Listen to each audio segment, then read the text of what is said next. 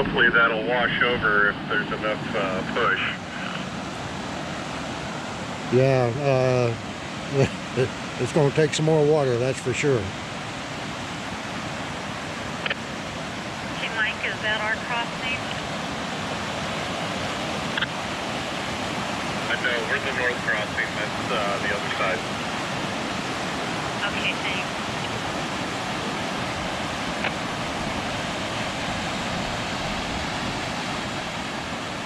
So outside of the stump and logs, the water is only a couple of 3 inches over the south crossing. It would be crossable otherwise. On Saturday, the 22nd of June, we headed to Flagstaff with Leanna and Rand to do some shopping. The minute we walked out the door, the air was full of something that we could not quite pin down. Was it smoke from a fire? We've seen lots of forest fire smoke over the years, but this was not that. When we got to Payson and all the way to Flagstaff, it was in the air so thick you could see it ahead of you in the road. It turns out it covered almost all of Arizona as a result of a huge dust storm known as a haboob that occurred in the southern part of New Mexico. Big dust storms in Phoenix and the desert are nothing new, but they rarely, if ever, make it to Payson. So on the way back from Flagstaff, we stopped at the Scenic overlook at Mormon Lake, like always. The air had cleared some, and we were able to spot something near the water, and Leanna thought it might be geese. I grabbed my binoculars, and it turned out to be about 75 elk just kicking back. Rand had his drone with him and was going to launch it, but there was way too much wind. So we planned on making another early morning run Wednesday to get some footage. Then the rain came. Linda was in Mesa Tuesday for the day and did not leave there until 5:30. It is a 1.5 hour drive here, so we were concerned the river may rise more and she could not cross. So we canceled our Wednesday trip till Thursday. Good thing. When I got up and checked the weather at Mormon Lake, there was a storm directly over the lake. With that being the case, Rand wanted to know what we were going to do today. Well, I know of a couple of roads near Pine and Strawberry that I have yet to explore. One is Hardscrabble Mesa and the other is Fossil Creek Road. They are both dead ends. We started up Hardscrabble Mesa Road out of Pine and found ourselves going up the south side of Strawberry Mountain. At one point, there was a pullout and a view of the south for hundreds of miles. The map showed the road eventually went to Fossil Creek, so we continued down a ways till it turned to clay. After the 2 inches of rain we'd had, we were not ready to get into another stuck and calling for help situation, so we turned around. There was a cut across from Hardscrabble Road to Fossil Creek, but we went back to 87 and then to Strawberry to catch the road. What a difference in the landscape between the two roads. Hardscrabble Mesa was mostly ponderosa, while Fossil Creek was pinyon juniper. Every year, our Tonto search and rescue teams are called on to save fools that hike to the bottom and can't get back out. Oh, by the way, the search and rescue teams are all volunteers and work closely with the Healy County Sheriffs for rescues. There are 2 trails to the bottom. This was an old Forest Service road that has washed out from fires and floods to the point it is too expensive to repair and maintain. It is a 6-mile hike to the bottom and a 3,000-foot drop. It is another 6-mile hike and 3,000-foot climb back out, and that is where people get into trouble. The Bob Bear Trail is the one that takes you to the falls and the Toilet Bowl, where several drown every year swimming in it.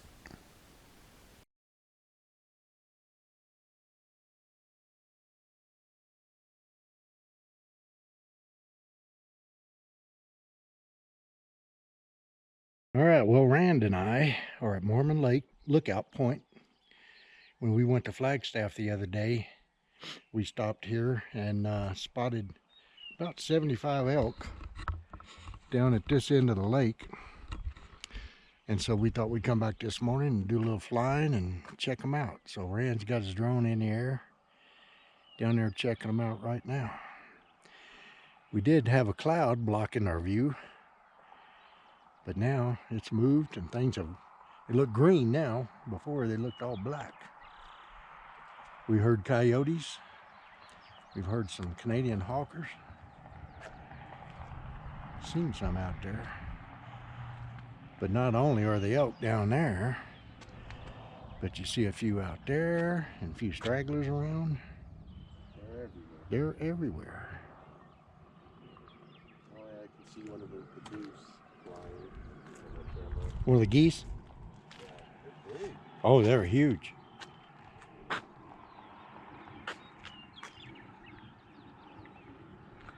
Oh, I could see some elk crossing in the water.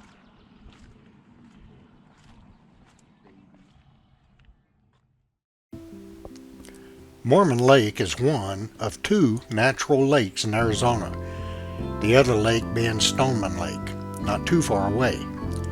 When full, Mormon Lake is about 10 feet deep, and during dry spells it dries out completely.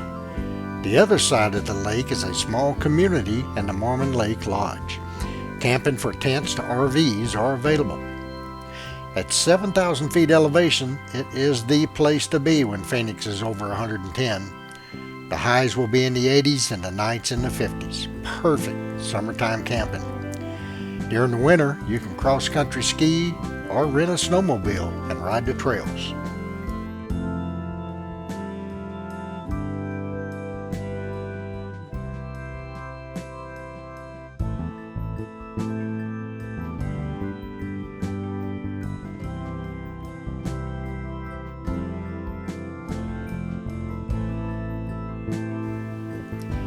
Here we see a group of elk on dry land.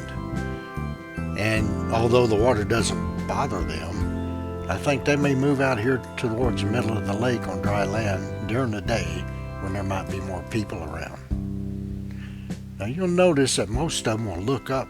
They seem to notice a drone. It doesn't bother them, they don't panic, but they do know it's there. And here you can see the trail that they're coming down to move to this dry land, following single file, one at a time.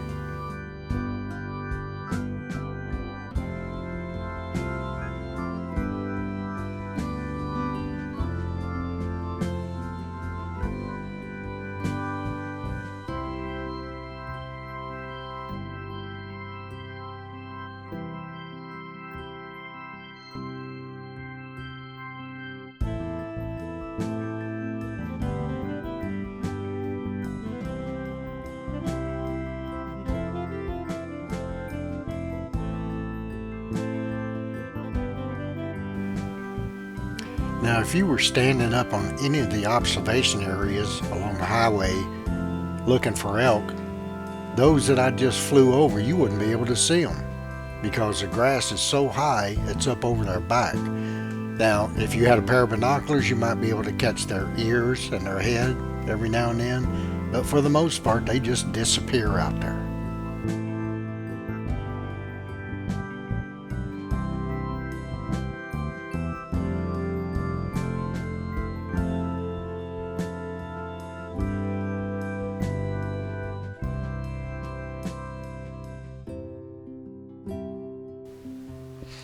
When we were coming back from Flagstaff the previous Saturday and stopped at the lookout point, this was where Leanna thought there was a bunch of geese. And it wasn't until I got my binoculars out and looked that we were able to verify it was a herd of elk. And of course it's the same herd, and there was, I would guess, about 75 of them that we saw.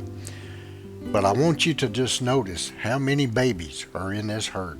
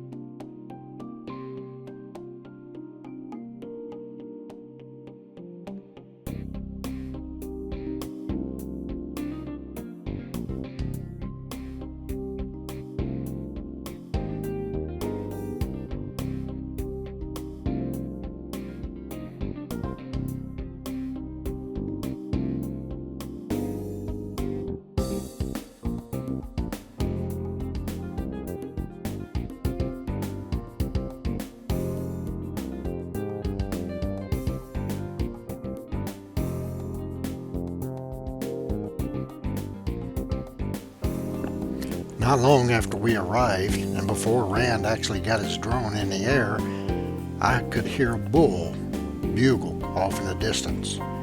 So I thought perhaps these two here might have been the bulls. That's why I flew over to check them out. But it was just a couple of cows. However, after flying out there and looking at the herd, I did see several spikes, and they will try to bugle on occasion, and so it could have been one of them.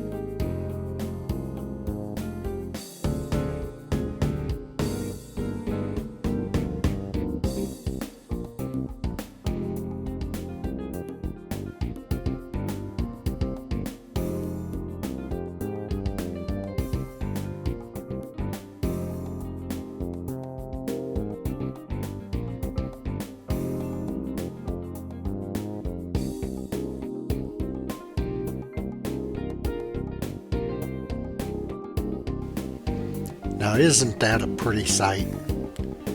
Now we don't have to drive 80 miles to see elk. As a matter of fact, I took a picture of a small bull in my neighbor's backyard yesterday. And we have them come through the neighborhood quite frequently. But to see them in this environment and this habitat and this many, I just couldn't pass it up. I hope you enjoyed it.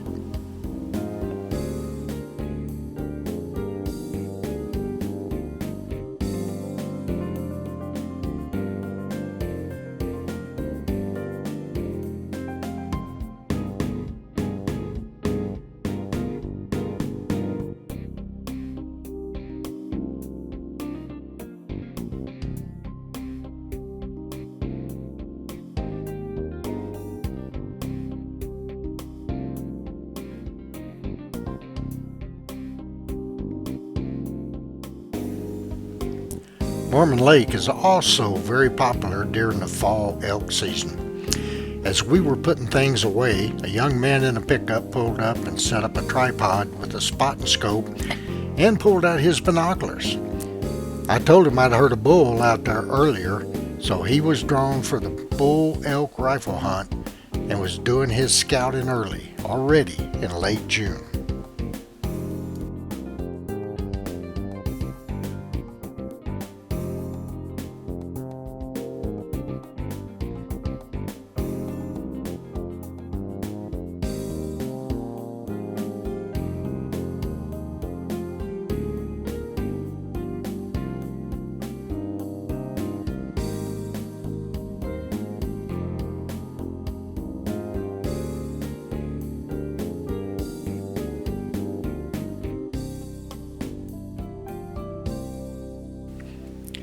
Stoneman Lake lies in a depression which was created by volcanic activity over 8 million years ago.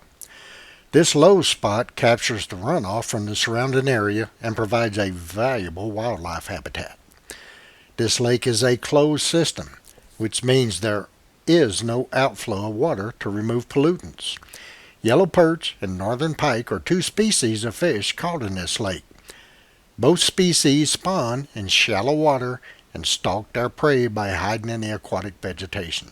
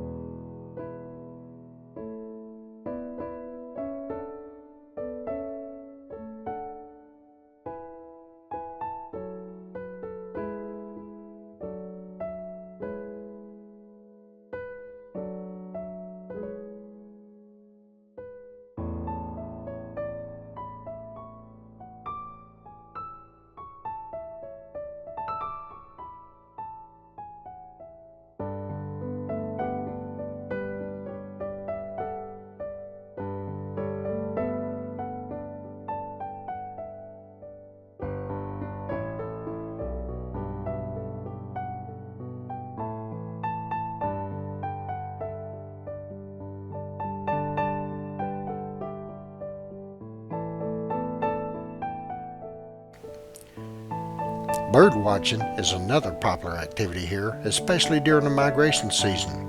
The shallow wetlands provide food and shelter for a variety of ducks and songbirds. Even bald eagles utilize this habitat throughout the winter.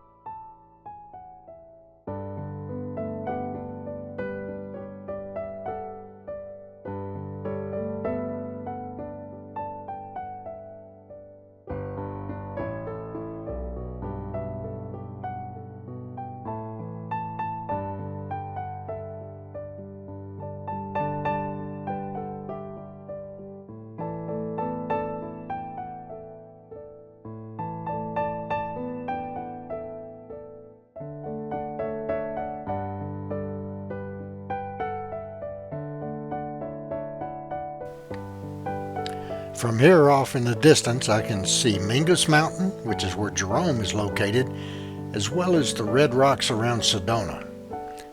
So I'm about halfway between the rim and the valley, Verde Valley.